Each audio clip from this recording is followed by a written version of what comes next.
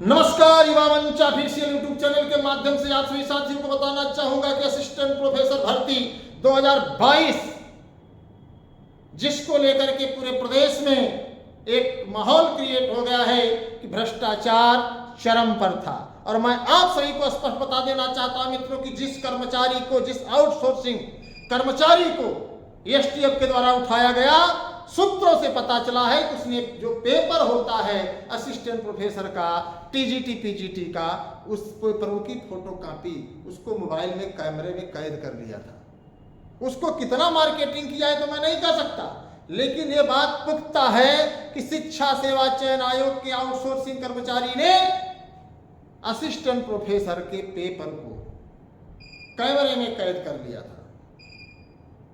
और फिर भी आयोग अपनी नाक बचाने के लिए, अपनी साख बचाने के लिए इस मुद्दे पर मौन है।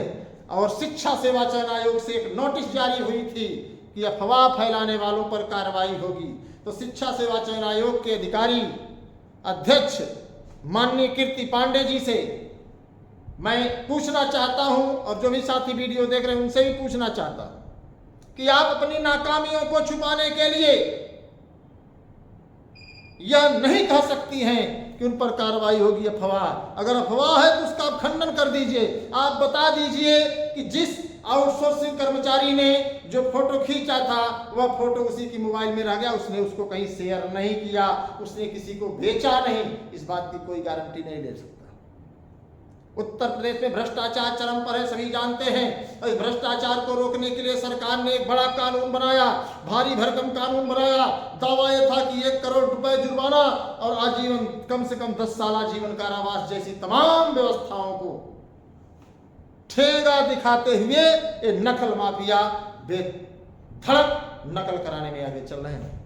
ऐसे में असिस्टेंट प्रोफेसर के तमाम अभ्यर्थी हताशा और निराशा की जिंदगी जी रहे हैं। उनको उम्मीद थी कि इस बार हम एक नौकरी पा जाएंगे, हमारी दुनिया संवर जाएगी, हमारी जिंदगी संवर जाएगी। लेकिन ये पेपर लीक करने वाले, पेपर बेचने वाले बड़े बड़े ठेकेदारों में निश्चित तौर पर इस बात को कह सकता हूं कि एक अदना भर का कर्मचारी इतनी बड़ी जरूरत नहीं कर सकता, इतनी बड़ी कोशिश नहीं कर सकता। कहीं ना कहीं आयोग के और भी अधिकारियों और कर्मचारियों का इसमें हाथ जरूर रहा होगा। और सुनने में जो आया कि अध्यक्ष को, सचिव को और परीक्षा नियंत्रक को भी एसटीएफ ने बुलाया था, लेकिन चीजों को वहीं निपटा दिया गया, वहीं समाप्त कर दिया गया। अगर ये मैं बात कहता हूं तो तमाम साथी कहते कि नहीं, आप कुछ सीट वृद्धि की बात करिए, आप परीक्षा की बात करिए, आप भ्रष्टाचार की बात मत करिए। मित्रों, अगर भ्रष्टाचार होगा तो आप कितना भी पढ़ लीजिए, कभी परीक्षा पास नहीं कर सकते। यही 2021 के विज्ञापन में मैंने लगातार सवाल किया कि भ्रष्टाचार हुआ है, भ्रष्टाचार हुआ है, लोगों ने नहीं माना। लेकिन जब रिजल्ट आया, जब 500 नंबर में 500 पूरा हासिल कर लिए, तब लोगों को लगा कि नहीं, अब भ्रष्टाचार है। तो मित्रों, जब चीजें हाथ से निकल जाती हैं तो फिर हम आप कुछ नहीं कर सकते। अगर मैं बात करूं 69,000 शिक्षक भर्ती में जो तमाम विसंगतियां थी, जो बाद में बैक पेपर में पास हुए थे, जिनका रिजल्ट बाद में आया था, उन्होंने अपना नंबर अपने मन मुताबिक रखा था। उन्होंने अपना नंबर अपने मन मुताबिक पास क्राइटेरिया में रखा था और वो पास भी हो गए थे। ऐसे कई टेट अभ्यर्थी आए थे जिन्होंने टेट पास होने का एक अलग क्राइटेरिया, क्योंकि उनको पता था कि ये भर्ती आगे जाएगी, क्योंकि कोर्ट कचहरी होनी है, भर्ती फंसेगी तो निश्चित तौर पर हम अवसर पाएंगे। लेकिन न्यायालय के आदेश पर बलिया में बड़ी कार्रवाई, जिसमें 4 शिक्षकों को बाहर कर दिया गया, 1-2 का ट्रांसफर भी हो गया था। उस पर ही धीरे धीरे पूरे प्रदेश में लगभग 6 से 7 हजार चयनित शिक्षक नौकरी से हाथ धोने जा रहे हैं। तो कहीं ना कहीं ये सरकार की फेल्योर नीति है, शासन प्रशासन की फेल्योर नीति है, अधिकारियों की ये जो है जानते मनमानी है। इसको हमें आपको समझना है।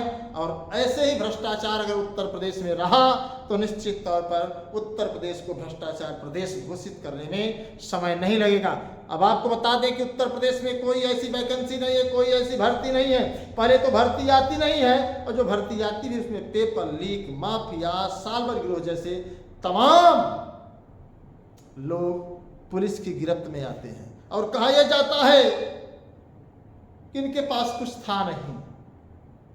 आप ऐसे सोचिए कि जब उनके पास कुछ था नहीं तो पुलिस क्यों उनको गिरफ्तार की? संदिग्ध अवस्था में संदिग्ध में तो पूरे प्रदेश को पकड़ा जा सकता है, और आज की पुलिस केवल संदिग्ध अवस्था में ही पकड़ रही है, रंगे हाथों नहीं पकड़ रही, जबकि रंगे हाथों पकड़ रही तो भी संदिग्ध बता रही है। मैं सीधे सीधे कहना चाहूँगा मित्रों कि प्रदेश में भ्रष्टाचार है, सरकार भ्रष्टाचार को रोकने में सफल नहीं है। ऐसे हालात में हमें आपको स्वयं अपने करियर के लिए सतर्क रहना होगा। और सबसे बड़ा दुर्भाग्य है कि असिस्टेंट प्रोफेसर में शिक्षा सेवा चयन आयोग में जो पेपर बनाया गया उस पेपर में कमियां ही कमियां हैं, गलतियां ही गलतियां हैं, तमाम विवादित प्रश्नों को शामिल कर दिया गया है। अब आप समझिए, आपत्तियां दी गई हैं। अब समझिए, आपकी आपत्तियां दिए जाने के बाद दो पक्ष होंगे, दो गुट, एक आपत्ति पर, एक जो है फ्रेश उत्तर कुंजी पर। तो यहाँ विवाद उत्पन्न होगा, मामला न्यायालय में जाएगा, एक लंबा समय लगेगा, और हम आप न्यायालय की चौखट पर सर पटकते पटकते कम से कम 4-5 वर्ष तक का समय व्यतीत कर देंगे।